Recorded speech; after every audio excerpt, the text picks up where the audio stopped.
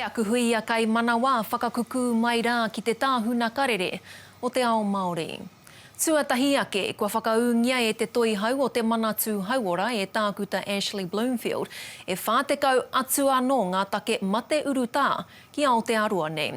Nō reira kia te tiro ake rā tātou ki ngā hua I puta I te rānei. E toru ngā take tūpono. Te kauma rua ngā tāngata kua whakamaui ake I tēnei mate uru tā. Nō reira, ko tahirau e 50 mārima ngā take katoa ki Aotearoa nei. Tui aki tēnā, e 8 mano ngā whakamātautau kua tutuki. Ātoko ono ngā tāngata kai roho hipera, engari kai te āta piki te ora kia rātau. Nā, ākua nei tātou ka whakawhiti atu ki tā tātou karere kia Kiriama Rides, ki te kōrero mo te hunga kāinga kore e noho ia Aotearoa e noho here ana. Engari tuatahi ake kia tahuri atu kia Heta Gardner, e heta e takatū ana te premia ki te wero kai mua I te aroaro neha. Tika tonu Wikitoria, kia ora mai rā tātou e te motu whānui nāu nei, I hora nei I ngā whika kai te piki, tonu te toko maha o te hunga, kai te mau ki tēnei mate. Ko te hua, hei a pōpō ki ko nei, ki te whare pāre mata, ka ata tuku I ngā tohe ko te kaupapa kai mua I te arawaro, ko te hia a te pirimia a te kāwanatanga, kia ōkawa te whakatau e noho ohotata ana te motu. Ko te hua o taua huatanga, ka mukua wētahi o ngā here ki te kāwanatanga, ki te whakapau pūtea ka tahi ka rua, ki te ataraweke I ngā turi o te whenua, I tēnei wā taumaha.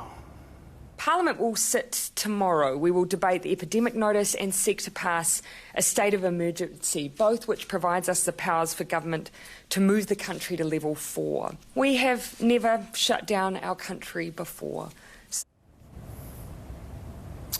Mei kore tērā e whakaohorere, e whakamatara I te tangata, ko tā te pirimia atu I aua whakamāramatanga, ko tāna aha koa ngā here kai te kōkiritia e te kāwanatanga, aha koa te whakatau kia noho ohotata, te tangata e kore ngā hua o taua āhuatanga e toko wawe atu o Aotearoa.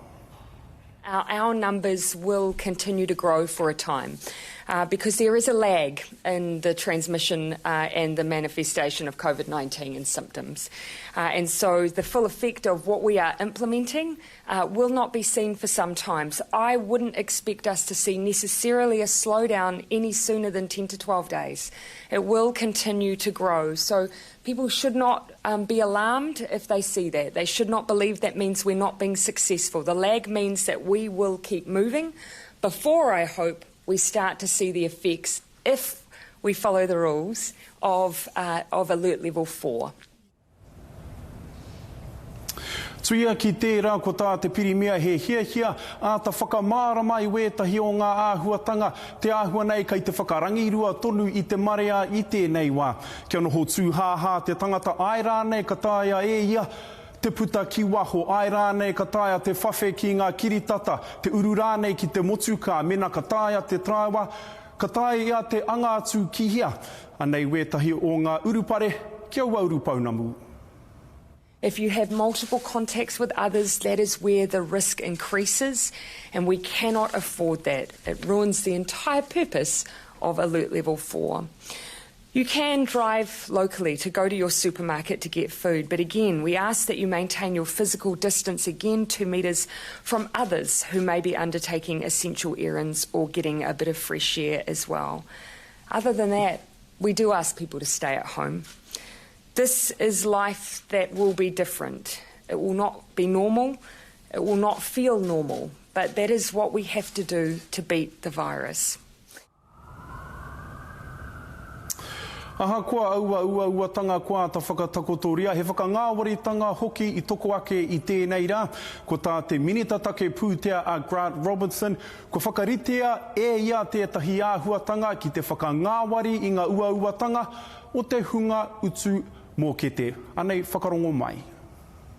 Retail banks have agreed to offer a 6-month mortgage repayment holiday to homeowners whose incomes have been affected by COVID-19.